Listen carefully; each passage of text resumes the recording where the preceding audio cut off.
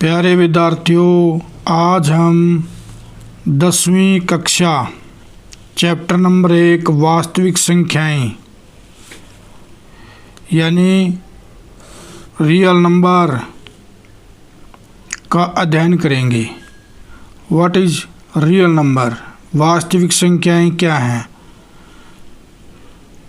सभी परिमेय संख्याएं और सभी अपरिमेय संख्याएं वास्तविक संख्याएं होती हैं। यूक्लिड विभाजन प्रमेयिका, इसको इंग्लिश में यूक्लिड डिवीजन लेमा भी कहते हैं। प्रमेयिका यानी लेमा। प्रमेयिका क्या है? लेमा क्या है?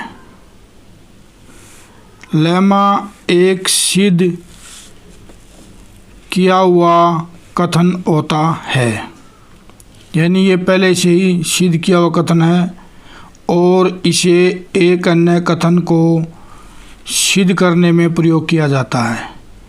यानी लेमा पहले से ही सिद्ध किया हुआ एक कथन होता है और इसे एक अन्य कथन को सिद्ध करने में प्रयोग किया जाता है। जैसे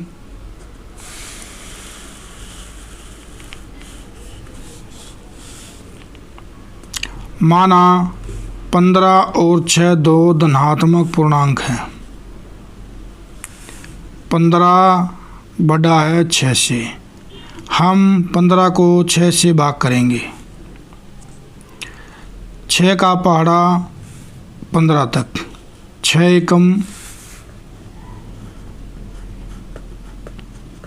6, 6 दूनी 12, 6 तिये 18। 18 ज़्यादा है 15 से तो 2 की जाएगी, तो 6 दूनी 12। जब हम इसको घटाएंगे तो शेषफल बच गया हमारे पास 3। हम इसको ऐसे लिखेंगे, 15 बराबर है 6 गुणा में 2 प्लस में 3। यहाँ 15 क्या? 15 भाज्य, 6 भाजक, 2 भागफल, 3 शेषफल। भाज्य क्या है? भाज्य वो संख्या जिसको भाग दिया जा रहा है, वह भाज्य कहलाती है। भाजक क्या है? वो संख्या जिससे भाग दिया जा रहा है।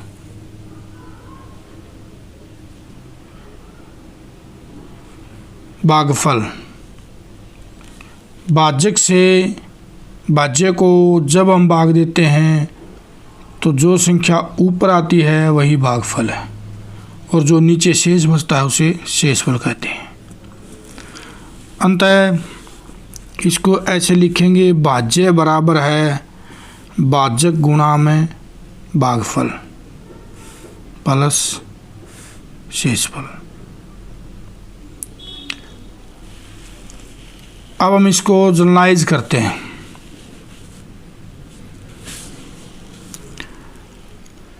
माना कि ए और बी दो धनात्मक पूर्णांक हैं।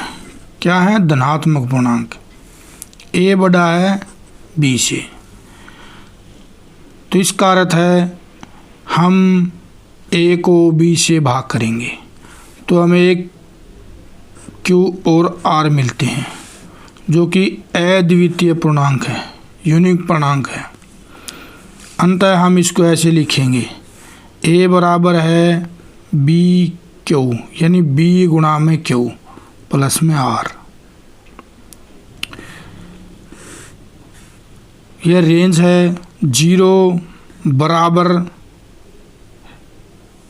या कम है आर से। इसका अर्थ है 0 या तो आर से छोटी है या आर के बराबर है। आर छोटा है बी से, यानी आर का मान बी से छोटा है।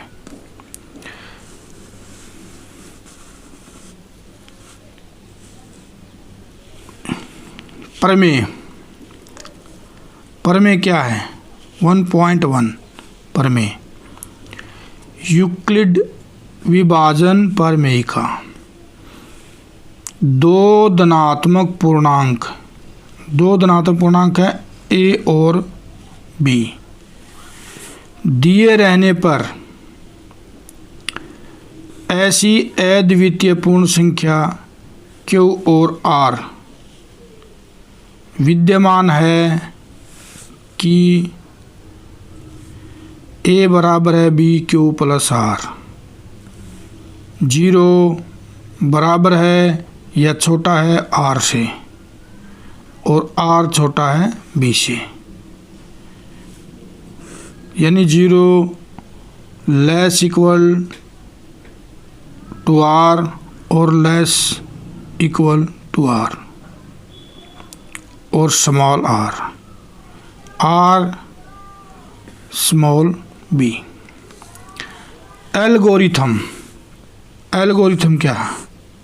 एल्गोरिथम इस शब्द को 9वीं शताब्दी के एक फारसी गणितज्ञ अल ख्वारिज़मी के नाम से लिया गया है। एल्गोरिथम को 9वीं सदी के एक फारसी गणितज्ञ अल ख्वारिज़मी के नाम से लिया गया है। सेकंड पॉइंट क्या हमारा? एल्गोरिथम सुपरिभाषित चरणों की एक श्रृंखला है। ये एल्गोरिथम की परिभाषा है। एल्गोरिथम सुपरिभाषित चरणों की एक श्रृंखला है। श्रृंखला होती है जो एक विशेष प्रकार की समस्या को हल करने की एक प्रक्रिया या विधि प्रदान करती है। एल्गोरिथम एक सिस्टमैटिक सीरीज होती है, स्टेप ऑफ सीरीज कह सकते हैं, टू प्रोवाइड ए प्रोसेस और stable method to solve problems. Algorithm एक सुपरिभाषित का मतलब होता है सिस्टमैटिक, चरणों की एक श्रृंखला है, मतलब स्टेप्स की एक श्रृंखला सीरीज है जो एक विशेष प्रकार की समस्या को हल करने की एक प्रक्रिया या विधि प्रदान करती है। थर्ड पॉइंट है यूक्लिड विभाजन एल्गोरिथम। दो धनात्मक पूर्णांकों का HCF परिकलित करने की एक तकनीक है। यूक्लिड विभाजन एल्गोरिथम क्या है? दो धनात्मक पूर्णांकों का HCF परिकलित करने की एक तकनीक। परिकलित का अर्थ है निकालने की एक तकनीक है। यूक्लिड विभाजन एल्गोरिथम दो धनात्मक पूर्णांकों माना कि या मान लीजिए C और D, C बड़ा है D से, का HCF ज्ञात करने के लिए चरण। प्रथम चरण नंबर 1, C और D के लिए यूक्लिड विभाजन प्रमेय का प्रयोग करके Q और ज्ञात करते हैं कि C बराबर है DQ प्लस R, 0 लेस या less equal to R, R less D हो। प्रथम चरण क्या है? C और D के लिए यूक्लिड विभाजन प्रमेय का प्रयोग करके Q और ज्ञात करते हैं, यानी दो हमारे पास पूर्णांक हैं C और D,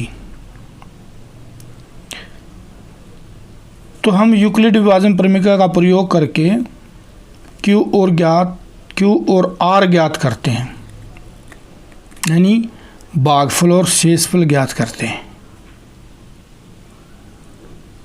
ये C बराबर है DQ प्लस R। चरण नंबर सेकंड, यदि r बराबर है 0 के, यदि शेषफल 0 आता है या r बराबर 0 है तो d पूर्णांकों c और d का HCF है। क्या है? c और d का HCF। यदि शेषफल यानी r बराबर 0 है तो d पूर्णांकों c और d का HCF है, यानी भाज्य और भाजक का HCF है। यदि r बराबर नहीं है 0 के, यदि r 0 के बराबर नहीं है तो d और r के लिए यूक्लिड विभाजन प्रमेयिका का प्रयोग कीजिए। अर्थात यदि d बराबर नहीं है 0 के तो स्टेप नंबर 1 ही फॉलो करना पड़ेगा, यानी हम वापस स्टेप नंबर 1 की प्रक्रिया प्रयोग करेंगे। स्टेप नंबर 3,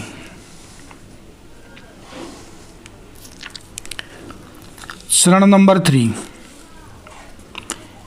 इस प्रक्रिया को तब तक जारी रखना है कि जब तक शेषफल शून्य न आ जाए। स्टेप नंबर 3 क्या बताता है कि जो ये प्रोसेस है, इस प्रक्रिया को तब तक जारी रखना है, यानी इस प्रोसेस को तब तक हम करते रहेंगे जब तक कि शेषफल शून्य न आ जाए, अर्थात शेषफल 0 आना चाहिए। जब तक शेषफल 0 नहीं आता है तब तक हम इस प्रक्रिया को दोहराते रहेंगे, अर्थात r बराबर है 0। जब शेषफल 0 प्राप्त होता है तभी भाजक ही वांछित HCF है। जब हमें शेषफल 0 प्राप्त होगा तो जो भाजक है वही हमारा HCF होगा। उदाहरण लेते हैं, 8-36 का यूक्लिड विभाजन एल्गोरिथम से HCF ज्ञात करें। 36 बड़ा है 8 से,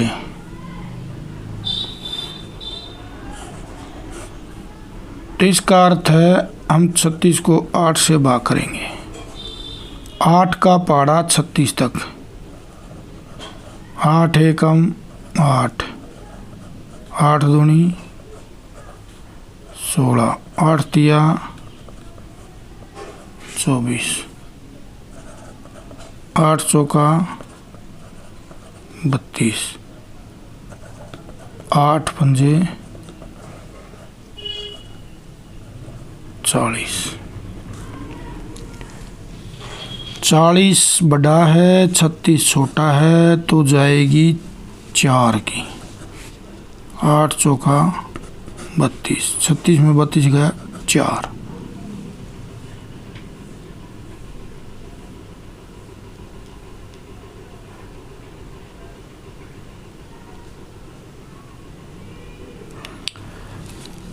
अब